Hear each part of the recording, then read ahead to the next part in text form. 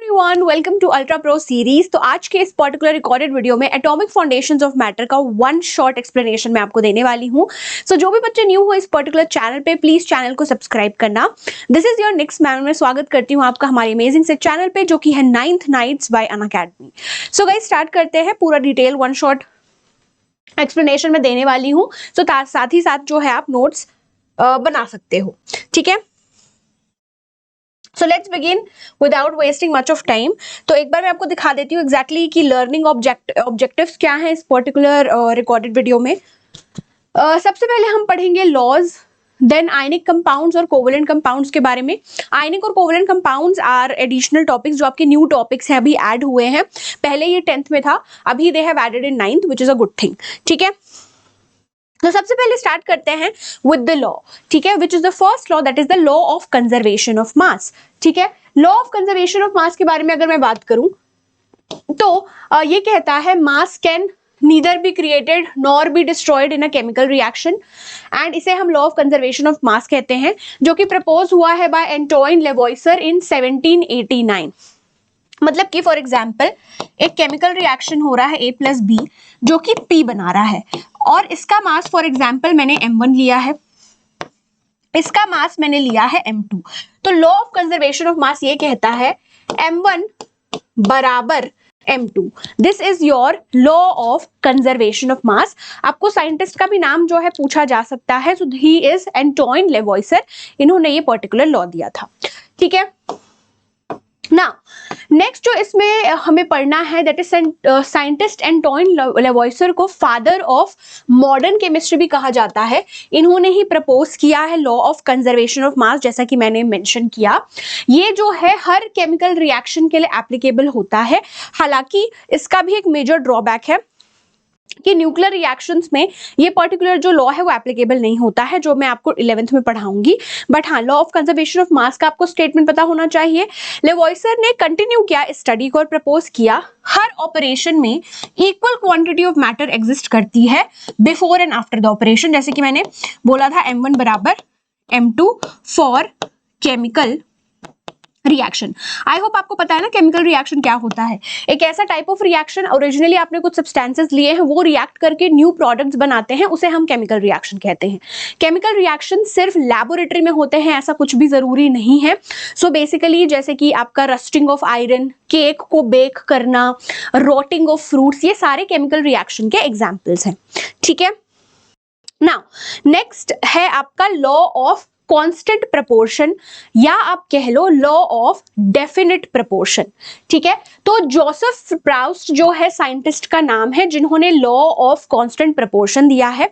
No यहाँ पे जो स्टेटमेंट दिए गए हैं उससे पहले let me just tell you कि एग्जैक्टली इस पर्टिकुलर लॉ का मतलब क्या है। ये लॉ ये कहता है कि किसी भी केमिकल कंपाउंड में ratio of elements by mass fix रहता है। लाइक फॉर एग्जाम्पल मेरे पास एक कंपाउंड है which is water, ठीक है। तो ये लॉ के according ratio of elements of hydrogen is to oxygen ये हमेशा फिक्स रहेगा, which is 1:8 बाय मास। अब नेक्स्ट मैम 1:8 एग्जैक्टली क्या कहां से आया? हाइड्रोजन का 2 एटम है यहाँ पे, एक हाइड्रोजन का मास है 1U, ठीक है। ग्राम एटॉमिक मास बोलो 1 ग्राम। सो 2 है तो 2:16 होगा पहले, 2:16। फर्दर सिंप्लीफाई करके लिखोगे तो क्या आएगा? 1:8 बाय मास, ठीक है। तो ये रेशियो जो है हमेशा फिक्स रहता है इररिस्पेक्टिव ऑफ द सोर्स, मतलब कि वो सोर्स पे डिपेंड नहीं करता। अब वाटर चाहे ओशन वाटर हो, टैप वाटर हो, रिवर वाटर हो, पॉन्ड वाटर हो, एंड आपके पड़ोसी के घर का नल का पानी हो, रेशियो ऑफ एलिमेंट्स बाय मास हमेशा फिक्स्ड रहेगा। ये बेसिकली किसका कहना है? ये कहना है लॉ ऑफ कांस्टेंट प्रपोर्शन, या आप इसे कह लो लॉ ऑफ डेफिनिट प्रपोर्शन, ठीक है। अदर वर्ड्स में एलिमेंट्स इन अ कंपाउंड का डेफिनिट प्रपोर्शन होता है इररिस्पेक्टिव ऑफ इट्स सोर्स। इस सोर्स पे डिपेंड नहीं करता। एक और एग्जांपल ले लेती हूं, जैसे कि अमोनिया, तो रेशियो बाय मास फिक्स रहेगा 14:3, that will always be fixed. तो ये आपका लॉ ऑफ कांस्टेंट प्रपोर्शन या लॉ ऑफ डेफिनेट प्रपोर्शन है, ठीक है। अब यहाँ पे वही चीज स्टेटमेंट वाइज आपको दी गई है। अगर हम वाटर कलेक्ट करेंगे और अलग अलग सोर्सेस से, जैसे कि बोरवेल्स, रिवर्स, ओशन, उसको प्योरीफाई और एनालाइज करोगे, हमेशा आपको दिखेगा कि ratio of elements by mass of hydrogen is to oxygen 1:A है। इसे ही law of constant proportion, law of definite proportion या फिर प्राउस्ट लॉ क्यों कहते हैं, क्योंकि ये किस साइंटिस्ट के द्वारा दिया गया है, जोसेफ प्राउस्ट। सो इसे हम प्राउस्ट लॉ भी कहते हैं। आई होप यहां तक एब्सोल्युटली क्लियर है। चलिए आगे बढ़ते हैं बेटा। नेक्स्ट जो हमें डिस्कशन करना है that is Dalton's atomic theory. हालांकि डेल्टन्स एटॉमिक थ्योरी में जो सारे पॉइंटर्स दिए हैं वो सही नहीं है। मैंने आपको जर्नी इनसाइड द एटम में भी ये बताया था। मैटर आई होप आप सबको पता है। पहले बोला गया था कि मैटर जो है वो स्मॉल इनडिविजिबल पार्टिकल से बना होता है जिसे हम एटम्स कहते हैं। एटम्स को हम फर्दर तोड़ नहीं सकते, लेकिन ऐसा नहीं है। जर्नी इनसाइड द एटम में हमने देखा कि जो एटम्स हैं उनको हम फर्दर सब एटॉमिक पार्टिकल्स में तोड़ सकते हैं, जैसे कि इलेक्ट्रॉन्स, प्रोटॉन्स, न्यूट्रॉन्स हो गया। ठीक है, तो डेल्टन्स एटॉमिक थ्योरी ये कहता है कि सारा मैटर जो है टाइनी पार्टिकल से बना है जिसे हम एटम्स कहते हैं, जो कि पार्टिसिपेट करते हैं केमिकल रिएक्शन में। यहाँ पे ये इन्होंने बोला कि एटम्स इनडिविजिबल पार्टिकल्स हैं, जो कि गलत है, जो कि क्रिएट या डिस्ट्रॉय नहीं होते केमिकल रिएक्शन में। Atoms of given element are identical in mass and chemical property. So यहाँ पे अगर मैं आइसोटोप्स के बारे में बात करूं तो ये पॉइंटर सही नहीं है। सेकंड पॉइंटर में ये बोल रहा है कि atoms of a given element का आइडेंटिकल मास होता है और केमिकल प्रॉपर्टी होता है। Isotopes atoms of same element होते हैं जिनका सेम एटॉमिक नंबर होता है लेकिन डिफरेंट मास नंबर होता है। सेम एटॉमिक नंबर होता है लेकिन डिफरेंट मास नंबर होता है। एटम्स ऑफ डिफरेंट एलिमेंट का डिफरेंट मास और केमिकल प्रॉपर्टी होता है। एटम्स जो है सिंपल होल नंबर रेशियो में कंबाइन करते हैं टू फॉर्म कंपाउंड्स। हालांकि ये जो आपका सिंपल होल नंबर रेशियो वाला कॉन्सेप्ट जो है, sorry, it is actually not applicable for biomolecules या आपके लार्जर कंपाउंड्स है, ऑर्गेनिक कंपाउंड्स है, उसके लिए पर्टिकुलर पोस्टुलेट जो है, पॉइंटर जो है वो एप्लीकेबल नहीं है। रिलेटिव नंबर और काइंड्स ऑफ एटम्स जो है वो कांस्टेंट होते हैं। डेल्टन्स पोस्टुलेट्स ने basis of modern understanding of atoms में जरूर हेल्प किया, लेकिन हमें पता है कि एटम्स को हम फर्दर तोड़ सकते हैं इनटू सब एटॉमिक पार्टिकल्स। आई होप ये पर्टिकुलर चीज आपको क्लियर हो गई। ठीक है, नाउ नेक्स्ट क्वेश्चन जो आता है कि एटम्स कैसे कंबाइन करते हैं, हाउ डू एटम्स कंबाइन। हमें पता है कि मैटर जो है it is made up of small particles which are called as atoms. Atoms कैसे कंबाइन करते हैं, जब एटम्स कंबाइन करते हैं तो वो मॉलिक्यूल्स बनाते हैं। ठीक है, व्हेन एटम्स कंबाइन, ठीक है, तो वो मॉलिक्यूल्स बनाते हैं। ठीक है, मॉलिक्यूल्स में मॉलिक्यूल ऑफ एलिमेंट भी होता है और मॉलिक्यूल ऑफ कंपाउंड भी। मॉलिक्यूल ऑफ एलिमेंट भी होता है, मॉलिक्यूल ऑफ कंपाउंड भी। एटम्स जो है कंबाइन करके मॉलिक्यूल बनाते हैं उस पर्टिकुलर एलिमेंट का। लाइक फॉर एग्जांपल अगर मैं हाइड्रोजन बोलूं तो वो H2 के फॉर्म में एग्जिस्ट करता है। दो हाइड्रोजन एटम्स ही हैं, राइट। सो ये बेसिकली अगर same type of atoms combine कर रहे हैं तो ये जो H2 बना, this is molecule of element, molecule of element. दो या दो से अधिक अगर डिफरेंट टाइप ऑफ एटम्स हैं, जैसे कि CO2 हो गया, NH3 हो गया, सो ये मॉलिक्यूल ऑफ कंपाउंड कहलाता है। ठीक है, ये बेसिकली मॉलिक्यूल ऑफ कंपाउंड कहलाता है। अगर मैं यहां पे लिखती फॉर एग्जांपल N2F2 तो ये किसके कैटेगरी में आता है, मॉलिक्यूल ऑफ एलिमेंट के ही कैटेगरी में आता है। दो या दो से अधिक डिफरेंट टाइप ऑफ एटम्स होते हैं तो वो बेसिकली मॉलिक्यूल ऑफ कंपाउंड बनाते हैं। यहाँ पे बच्चों को कंफ्यूजन होता है कि मैम मॉलिक्यूल ऑफ एलिमेंट कौन सा है, मॉलिक्यूल ऑफ कंपाउंड कौन सा है। तो आई होप ये पर्टिकुलर चीज आपको क्लियर हो गई। ठीक है, इवन वाटर भी किसका एग्जाम्पल है, मॉलिक्यूल ऑफ कंपाउंड का, राइट। वही चीज यहाँ पे लिखी हुई है, जो मैंने मेंशन कर दिया वो तो ठीक है। Number of electrons, if the number of electrons in a valence shell is less than 8 then they may share gain या लूज इलेक्ट्रॉन्स अपने वैलेंस शेल को कंप्लीट करने के लिए और स्टेबल होने के लिए। नाउ वैलेंस शेल क्या होता है, इलेक्ट्रॉनिक कॉन्फ़िगरेशन क्या होता है, ये मैंने जर्नी इनसाइड द एटम में ऑलरेडी डिटेल में वन शॉट एक्सप्लेनेशन आपको दे दिया है। ठीक है, अब देखो फॉर एग्जाम्पल मैंने एक एलिमेंट लिया सोडियम। इसका एक फिक्स्ड एटॉमिक नंबर होगा, इलेक्ट्रॉनिक कॉन्फ़िगरेशन 2,8,1, राइट। अब इसके आउटर मोस्ट शेल में 8 इलेक्ट्रॉन्स नहीं है और इसे स्टेबिलिटी अटेन करना है, जैसा कि मैंने बोला already journey inside of the atom में मैंने ऑल डिटेल में पढ़ाया हुआ है, तो आप प्लीज वो वाला रिकॉर्डेड वन शॉट भी जरूर से देखना। तो अगर मैं स्टेबिलिटी की बात करती हूं, राइट, तो दो केसेस हैं, एक तो है ऑक्टेट रूल। एलिमेंट के आउटर मोस्ट शेल में अगर 8 इलेक्ट्रॉन्स हैं तो वो ऑक्टेट रूल फॉलो करता है। हाइड्रोजन हीलियम के केस में ड्यूप्लेट रूल फॉलो होता है। हाइड्रोजन हीलियम के केस में ड्यूप्लेट रूल फॉलो होता है, राइट। अब क्या कर सकता है सोडियम, या तो लूज कर सकता है, गेन कर सकता है, या शेयर कर सकता है इलेक्ट्रॉन स्टेबल होने के लिए, वही चीज वो स्टेटमेंट में लिखा हुआ था। तो यहाँ पे सोडियम बेसिकली क्या करता है, लूज करता है इलेक्ट्रॉन और फिर इसका इलेक्ट्रॉनिक कॉन्फ़िगरेशन क्या हो जाएगा 2,8। अब इसके आउटर मोस्ट शेल में 8 इलेक्ट्रॉन्स आ गए, मतलब कि ये स्टेबल हो गया, राइट। तो वही चीज यहाँ स्टेटमेंट में लिखा हुआ है। इस प्रोसेस में एटम्स कंबाइन करते हैं ऑफ एलिमेंट्स कंपाउंड्स बनाने के लिए। दो तरीके के कंपाउंड्स हमें पढ़ना है, एक तो है शेयरिंग ऑफ इलेक्ट्रॉन्स। शेयर जो होते हैं इलेक्ट्रॉन्स, या लॉस या गेन होता है इलेक्ट्रॉन, वो आपका आउटर मोस्ट शेल यानी कि वैलेंस इलेक्ट्रॉन्स ही पार्टिसिपेट करते हैं। जैसे कि सोडियम में 2,8,1 ये इसके आउटर मोस्ट शेल में एक इलेक्ट्रॉन है, राइट। तो यही इलेक्ट्रॉन पार्टिसिपेट करना पार्टिसिपेट करेगा, चाहे कंपाउंड बन रहा है बाय लूजिंग, गेनिंग या sharing of electrons, balance electrons he participate करेंगे, ठीक है। तो शेयरिंग ऑफ इलेक्ट्रॉन्स है जो बनता है, इसे हम कहते हैं covalent compound. Sharing of electrons जो बनता है that is covalent compound. Transfer of electrons से जो बनता है दैट इज आयनिक या फिर इलेक्ट्रोवैलेंट कंपाउंड। आयनिक या फिर इलेक्ट्रोवैलेंट कंपाउंड। आई होप ये पर्टिकुलर चीज आपको क्लियर हो गई। नाउ इसे हम बारी बारी करके देखते हैं। सबसे पहले हम डिस्कशन करेंगे आयनिक कंपाउंड्स का, जो कि एकदम ब्रांड न्यू टॉपिक है ग्रेड 9th न्यू एनसीईआरटी में। अब बोल रहा है अगर valence shell of an atom के पास लेस देन 4 इलेक्ट्रॉन्स है तो वो जनरली डोनेट करता है अपना वैलेंस इलेक्ट्रॉन्स और उसे स्टेबल इलेक्ट्रॉनिक कॉन्फ़िगरेशन मिल जाता है। जैसे कि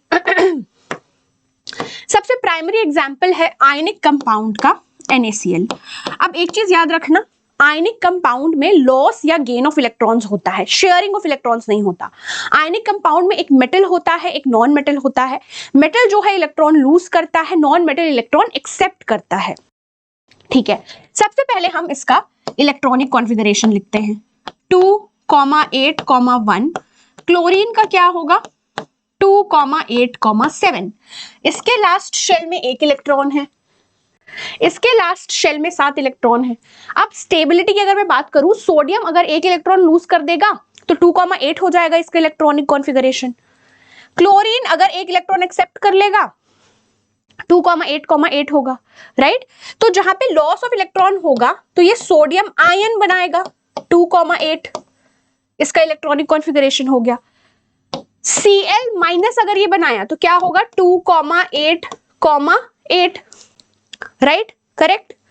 सो जो आउटर मोस्ट शेल में जो इलेक्ट्रॉन्स प्रेजेंट होते हैं उसे आप डॉट या क्रॉस से रिप्रेजेंट कर सकते हो। लाइक फॉर एग्जाम्पल सोडियम के केस में एक वैलेंस इलेक्ट्रॉन है तो मैं एक डॉट बना रही हूं यहाँ पे। क्लोरीन के केस में 7 इलेक्ट्रॉन है, 1 2 3 4 5 6 7। तो ये एक इलेक्ट्रॉन अगर इसको डोनेट कर रहा है, ये डॉट या क्रॉस क्यों बनाया, होप आपको समझ में आया है। सोडियम के पास एक वैलेंस इलेक्ट्रॉन है तो यहाँ एक डॉट बनाया है। क्लोरीन के पास 7 वैलेंस इलेक्ट्रॉन है तो 7 क्रॉस बनाया है। दो अलग एलिमेंट्स हैं तो एक के लिए डॉट एक के लिए क्रॉस यूज किया है, ठीक है। अब सोडियम जो है इलेक्ट्रॉन इसको डोनेट कर देगा तो इसके ऊपर प्लस चार्ज आएगा Na+, राइट। अब जो क्लोरीन है 1 2 3 4 5 6 7 और इसने सोडियम का एक इलेक्ट्रॉन एक्सेप्ट कर लिया तो Na+ और क्लोरीन एक्सेप्ट करने के बाद इलेक्ट्रॉन Cl-। तो यहाँ पे जो कंपाउंड बना कौन सा बना NaCl। सो ये आपका आयनिक कंपाउंड है। वही चीज लिखा है कि क्लोरीन जो है इलेक्ट्रॉन एक्सेप्ट करता है, जो सोडियम है वो इलेक्ट्रॉन डोनेट करता है ना। तो यहाँ पे मैं लिख देती हूँ जो जनरली मेटल होता है ये इलेक्ट्रॉन लूज करता है, जो नॉन मेटल होता है वो इलेक्ट्रॉन एक्सेप्ट करता है, एक्सेप्ट्स इलेक्ट्रॉन। ठीक है, क्लियर है। इसका मैं आपको एक और एग्जांपल देती हूं, जैसे कि MgO, ये भी आयनिक कंपाउंड का एग्जांपल है। स्टेप बाय स्टेप करना। मैग्नीशियम का एटॉमिक नंबर जो है वो 12 होता है, ऑक्सीजन का 8 होता है। इलेक्ट्रॉनिक कॉन्फ़िगरेशन लिखो 2,8,2, इसका 2,6, इसके लास्ट शेल में 2 इलेक्ट्रॉन, इसके लास्ट शेल में 6 इलेक्ट्रॉन। मैग्नीशियम मेटल है, इलेक्ट्रॉन डोनेट करेगा, 2 इलेक्ट्रॉन डोनेट करेगा, 2,8 हो जाएगा इसका इलेक्ट्रॉनिक कॉन्फ़िगरेशन, फिर स्टेबल। इसे 2 इलेक्ट्रॉन्स की जरूरत है जो इसे मैग्नीशियम से मिल सकता है, राइट। तो अगर ये 2 इलेक्ट्रॉन डोनेट कर देगा तो फिर इसका इलेक्ट्रॉनिक कॉन्फ़िगरेशन 2,8 हो गया। ऑक्सीजन के केस में 2 इलेक्ट्रॉन एक्सेप्ट कर लिया तो 2,8 हो गया, दोनों स्टेबल हो गया। ऐसा थोड़ी ना कि जो मेटल है बहुत ही ज्यादा दयालु है, अपनी मर्जी से इलेक्ट्रॉन डोनेट कर रहा है, खुद का लॉस हो रहा है, ऐसा नहीं है। इवन द मेटल वो भी स्टेबल हो रहा है, नॉन मेटल भी स्टेबल हो रहा है। ठीक है, अब कैसे बनाओगे? मैग्नीशियम कितने इलेक्ट्रॉन्स है? 2, तो 2 डॉट, फिर ऑक्सीजन 1 2 3 4 5 6, ये दोनों इलेक्ट्रॉन इस तरीके से इसको डोनेट कर देगा। इसके ऊपर क्या चार्ज आया? Mg2+, ऑक्सीजन 1 2 3 4 5 6 7 8, 2 माइनस क्या बना? MgO। ये जो नोट्स है आपको टेलीग्राम चैनल पे मिल जाएगा, नीचे टेलीग्राम चैनल का लिंक आपको दिया हुआ है, in the name of 9th nights by Unacademy, वो ज्वाइन कर लेना, ये नोट्स आपको वहां पे मिल जाएंगे। तो ये बेसिकली आपका आयनिक कंपाउंड का फॉर्मेशन हो गया। नाउ जो नेक्स्ट टाइप ऑफ कंपाउंड हमें पढ़ना है that is covalent compound. So basically covalent compound जो होता है वहां पे इक्वल यानी कि म्यूचुअल शेयरिंग ऑफ इलेक्ट्रॉन्स होते हैं। तो यहां पे शेयरिंग ऑफ इलेक्ट्रॉन्स होता है, शेयरिंग ऑफ इलेक्ट्रॉन्स, लॉस या गेन नहीं होता। वैलेंस इलेक्ट्रॉन्स ही शेयर किए जाते हैं, है ना, ड्यूप्लेट और ऑक्टेट रूल ही फॉलो होता है, लेकिन यहाँ पे लॉस या गेन नहीं होता, शेयरिंग ऑफ इलेक्ट्रॉन्स जो है वो होता है। ठीक है, नाउ यहाँ पे आपको फॉर्मेशन दिया है H2 मॉलिक्यूल का, हाइड्रोजन का एटॉमिक नंबर 1 है, तो इलेक्ट्रॉनिक कॉन्फ़िगरेशन 1 होगा, बैलेंस इलेक्ट्रॉन भी यहाँ पे 1 ही होगा, राइट। अब इसके पास एक इलेक्ट्रॉन है, इसके पास एक इलेक्ट्रॉन है, H2, 2 हाइड्रोजन एटम्स हैं, दोनों शेयर करके हाइड्रोजन मॉलिक्यूल बनाते हैं विच इज H2। तो ये आपका एग्जांपल है किसका? कोवैलेंट कंपाउंड का। ठीक है ना, ऐसा type of interaction between atoms जो कि शेयर्ड पेयर ऑफ इलेक्ट्रॉन्स की वजह से होता है उसे हम कोवैलेंट बॉन्ड बोलते हैं। एटम्स जो है वो ज्वाइन होते हैं बाय शेयरिंग 1 इलेक्ट्रॉन ईच, तो इनको हम कहते हैं ये ज्वाइन हो रहे हैं बाय सिंगल बॉन्ड। मतलब कि हाइड्रोजन डॉट एक इलेक्ट्रॉन है ना, ये इस तरीके से इलेक्ट्रॉन शेयर कर लेगा, राइट हैंड साइड वाला हाइड्रोजन जो है वो इस तरीके से इलेक्ट्रॉन शेयर करेगा। जब वन पेयर मतलब कि 2 इलेक्ट्रॉन शेयर हो रहे होंगे तो एक सिंगल लाइन आएगी, तो इसे हम बोलेंगे कि हाइड्रोजन मॉलिक्यूल के केस में सिंगल कोवैलेंट बॉन्ड है, सिंगल कोवैलेंट बॉन्ड है। ठीक है, एक और एग्जांपल लेते हैं तो और ज्यादा आपको क्लियर होगा। O2, ठीक है, ऑक्सीजन का एटॉमिक नंबर 8, इलेक्ट्रॉनिक कॉन्फ़िगरेशन 2,6, इस यहां पे एक ऑक्सीजन, यहां पे एक ऑक्सीजन, 1 2 3 4 5 6, 1 2 3 4 5 6 इलेक्ट्रॉन्स उसी प्रकार से शेयर होते हैं। यहाँ पे 2 ऑक्सीजन एटम्स है ना, हमें O2 का बनाना है, तो हर एक ऑक्सीजन को 8 इलेक्ट्रॉन्स मिलेंगे, इस तरीके से वो इलेक्ट्रॉन शेयर करता है। हमेशा इक्वल नंबर यानी कि इक्वल कह लो या म्यूचुअल शेयरिंग ऑफ इलेक्ट्रॉन्स होते हैं। ठीक है, अब फॉर एग्जाम्पल लेफ्ट वाला ऑक्सीजन इस तरीके से इलेक्ट्रॉन शेयर करेगा, तो कितना हो गया? 1 2 3 4 5 6 7 8। राइट हैंड साइड वाला इस तरीके से इलेक्ट्रॉन शेयर करेगा, राइट। अब जो कॉमन है वो देखो, कॉमन में 4 इलेक्ट्रॉन शेयर हो रहे हैं, या तो मैं कह लूं 2 पेयर ऑफ इलेक्ट्रॉन शेयर हो रहे हैं, तो यहां पे मैं ऑक्सीजन के बीच में डबल कोवैलेंट बॉन्ड बनाऊंगी। ठीक है, डबल कोवैलेंट बॉन्ड हमेशा याद रखना, मैंने बहुत बार मेंशन किया है, valence electrons will participate, valence electrons will participate. चलो एक और एग्जांपल मैं आपको देती हूं N2 का। ठीक है, नाइट्रोजन का atomic number 7, electronic configuration 2,5, 5 electrons, 2 nitrogen atom, एक यहाँ 1 2 3 4 5, 1 2 3 4 5। अब इलेक्ट्रॉन कैसे शेयर होगा, ये इस तरीके से इलेक्ट्रॉन शेयर करेगा, राइट। अब काउंट कर लो इलेक्ट्रॉन्स, 1 2 3 4 5 6 7 8।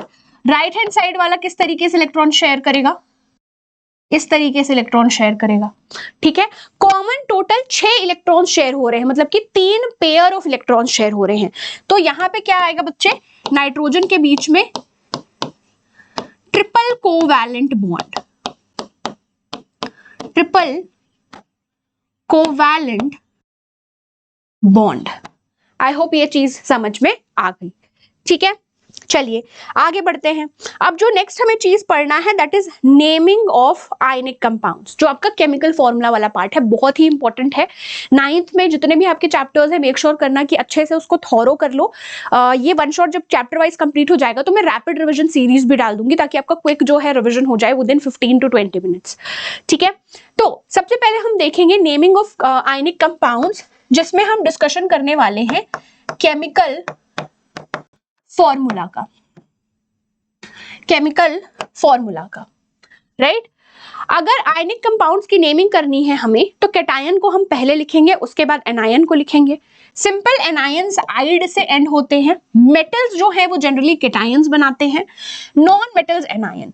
नाउ फॉर एग्जांपल मेरे पास एक कंपाउंड है NaCl, है ना, ये वाला पार्ट पॉजिटिव पार्ट है, ये वाला पार्ट नेगेटिव पार्ट है, तो रूल के हिसाब से बोल रहा है पहले इसको लिखोगे फिर इसको, ठीक है।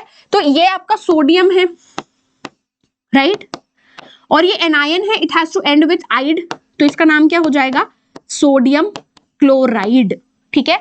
मेटल पहले लिखना फिर नॉन मेटल लिखना, ठीक है, ये आपका रूल है ऑफ आयनिक कंपाउंड, राइट। अब इसमें ही केमिकल फॉर्मूला लिखने के लिए मैं जब भी बच्चों को पढ़ाती हूँ I give them a trick, है ना, जिसकी मदद से you can remember it. She is very cute, ठीक है।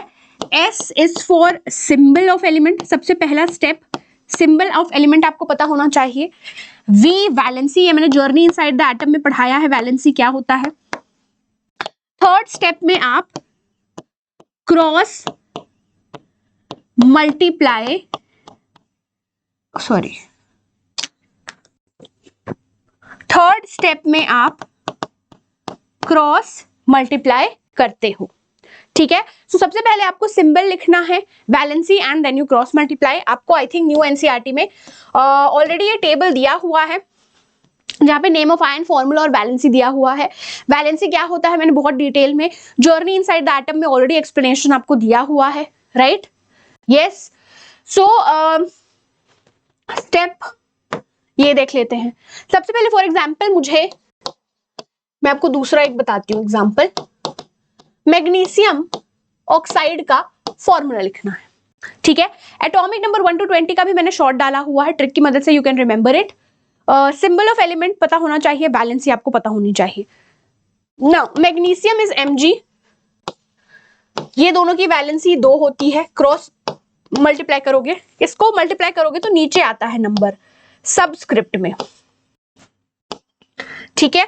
अब हमेशा सिंप्लीफाइड फॉर्म में लिखना, सिंप्लीफाइड फॉर्म में, तो इसका फॉर्मूला क्या हो जाएगा मैग्नीशियम ऑक्साइड का MgO, ठीक है।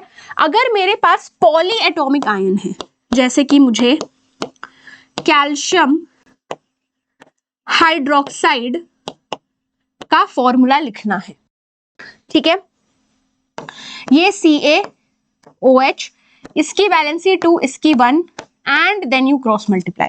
Ca को 1 से मल्टीप्लाई करोगे Ca ही होगा। ये पॉलीएटॉमिक आयन है, तो अगर ये किसी नंबर से मल्टीप्लाई हो रहा है जो कि ग्रेटर देन 1 है तो पहले एक ब्रैकेट लगाना, ठीक है, प्यारा सा, और जो नंबर है सबस्क्रिप्ट में यहां नीचे लिखना 2। तो ये आपका फॉर्मूला हो गया किसका, कैल्शियम हाइड्रोक्साइड का, ठीक है, क्लियर है ना। यहाँ पे और आपको लिस्ट दिया हुआ है, मैं आपको एक और एग्जाम्पल, ये देखो लिस्ट, ये आपको पता होना चाहिए। जैसे कि मुझे फॉर्मूला लिखना है सोडियम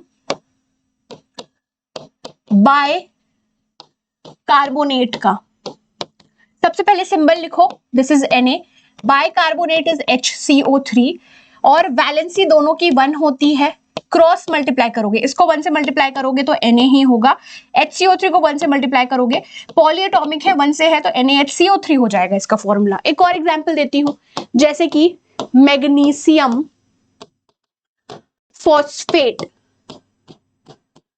इसका फॉर्मूला क्या होगा, ठीक है। सो ये Mg है ना, फॉस्फेट इज PO4 है ना, इसकी वैलेंसी होती है 2, इसकी होती है 3, क्रॉस मल्टीप्लाई करो, Mg को 3 से मल्टीप्लाई करोगे तो ये Mg 3 नीचे आएगा, ये पॉलीएटॉमिक है, इसको 2 से मल्टीप्लाई करोगे तो यहाँ पे सबसे पहले एक ब्रैकेट लगाना, फिर T2 सॉरी, तो इसका फॉर्मूला क्या होगा, Mg3PO4 होल ट्वाइस, ठीक है। चलो नाउ नेक्स्ट हम डिस्कशन करते हैं the naming of covalent compounds, ठीक है, नेमिंग ऑफ कोवैलेंट कंपाउंड्स। अगर हम इन कंपाउंड्स को नेमिंग करेंगे, कोवैलेंट को, प्रीफिक्स जो है वो यूज होके हमें बताता है कितने नंबर ऑफ एटम्स हर एक एलिमेंट के उस पर्टिकुलर मॉलिक्यूल में प्रेजेंट हैं। फर्स्ट एलिमेंट का रेगुलर नाम ही होता है, सेकेंड एलिमेंट जो है वो आइड में एंड होता है, मोनो, डाई, ट्राई, टेट्रा, पेंटा, हेक्सा, ये प्रीफिक्स जो है नंबर ऑफ एटम्स बताते हैं। मोनो जो है वो यूजुअली ओमिट होता है फर्स्ट एलिमेंट के लिए, लेकिन ये यूज होता है सेकंड एलिमेंट के लिए। अगर आप कोई प्रीफिक्स यूज कर रहे हो जो कि O या A से एंड हो रहा है और एलिमेंट स्टार्ट हो रहा है वॉवल से, तो लास्ट वॉवल को आपको ड्रॉप कर देना है।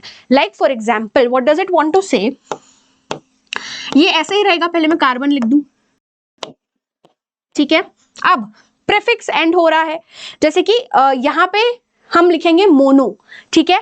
सो O या A से अगर एंड हो रहा है तो लास्ट वाला जो जैसे कि इसको आप लिखोगे मोनोऑक्साइड, मोनोऑक्साइड नहीं लिखोगे, मतलब कि वो ऐसे नहीं होगा, मोनोऑक्साइड ऐसे नहीं लिखेगा, एक ही O आएगा। वो यही कहना चाह रहा है कि अगर प्रीफिक्स जो है O या A से एंड हो रहा है तो लास्ट वॉवेल को ड्रॉप कर देना, मोनोऑक्साइड, पेंटोक्साइड लिखोगे। अगर प्रीफिक्स I से एंड हो रहा है तो उसको रख देना for pronunciation, like for example dioxide, trioxide. जैसे कि ये पहला वाला तो कार्बन ही होगा, है ना, यहाँ पे 2 ऑक्सीजन एटम्स है तो मैं लिखूंगी डाई, तो इसके D के बाद I आ रहा है तो इसके बाद ऐसे ही लिख दोगे आप, oxide, carbon dioxide. I hope ये चीज आपको समझ में आई। तो ये आपका रूल है for writing down the covalent compounds का नाम। CO को आप लिखोगे कार्बन मोनोऑक्साइड, ऐसे नहीं लिखोगे, जो रूल मैंने बताया है ना। उसके बाद CO2 जो है it is named as carbon dioxide, CH2 carbon disulphide, PCl3 phosphorus trichloride, SF6 sulphur hexafluoride, N2O4 dinitrogen tetroxide, ऐसे नहीं लिखोगे, और N2O5 डाइनाइट्रोजन पेंटोक्साइड, ठीक है।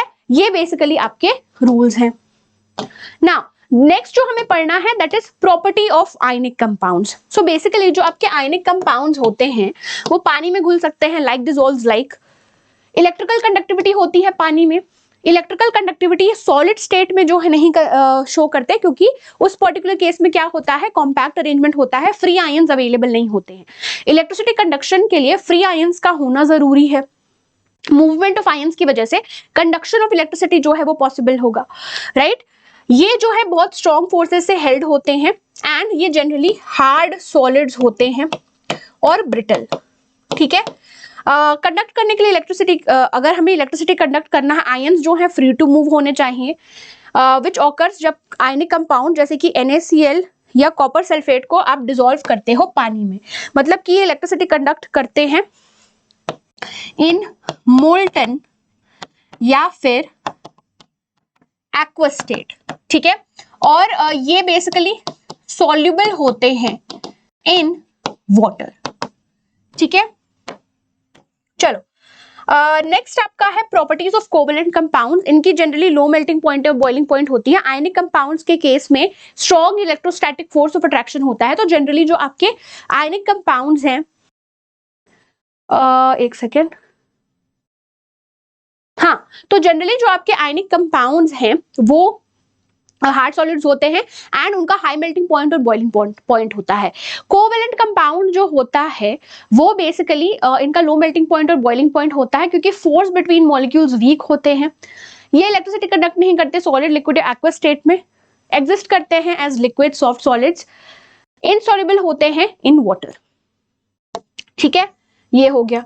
अब जो नेक्स्ट आपका लास्ट टॉपिक है इस पर्टिकुलर टॉपिक का, that is molecular versus formula unit mass. तो मॉलिक्यूलर मास के केस में हम मॉलिक्यूल का मास कैलकुलेट करते हैं, फॉर्मूला यूनिट मास भी सेम तरीके से कैलकुलेट करते हैं, लेकिन जो टर्म है फॉर्मूला यूनिट मास, ये बेसिकली यूज होता है फॉर आयनिक कंपाउंड्स। ठीक है, जैसे कि मुझे वाटर का मास कैलकुलेट करना है, 2 एटम्स ऑफ हाइड्रोजन है, तो 2 into 1U plus 16U, that gives me 18U, है ना। आयनिक कंपाउंड्स अगर जो है दिया हुआ है तो उस पर्टिकुलर केस में आपको क्वेश्चन में भी वो दिया होगा कि भाई फॉर्मूला यूनिट मास जो है वो कैलकुलेट करके बताओ। ठीक है, जैसे कि फॉर एग्जांपल Na2O या NaCl ले लूं मैं, इसका मास 23U, क्लोरीन का 35.5U, that gives me 58.5U। ठीक है, atomic mass of sodium plus atomic mass of chlorine, Na2O को कैसे कैलकुलेट करोगे, 2 एटम्स सोडियम के, 2 into 23U plus 16U, that gives 62U। ठीक है, चलो, तो ये आपका होमवर्क है, इसका आंसर आप मुझे कमेंट सेक्शन में देना। अल्टरनेटिव कॉमन नेम क्या है for law of definite proportion, ये मैं एक्सपोर्ट कर देती हूँ, पीडीएफ जो है वो मैं शेयर कर दूंगी। रैपिड रिविजन बहुत जल्द मिल जाएगा आपको, विद इन 2 weeks, है ना। And yeah guys, so that is it for today's session. I hope आज का सेशन अच्छा लगा, आपको हर चीज समझ में आ गई। कुछ चीजें हैं जो आपकी तरफ से मेहनत लगेंगी, जैसे कि सिंबल, वैलेंसी, केमिकल फॉर्मूला, जितना प्रैक्टिस करोगे उतना कॉन्फिडेंट फील करोगे। So that is it guys for today's session. I hope you've understood everything discussed. Please make sure करना कि comment करो अगर आपको हर चीज समझ में आई। Till then, thank you, bye bye, happy learning and take care. Bye guys.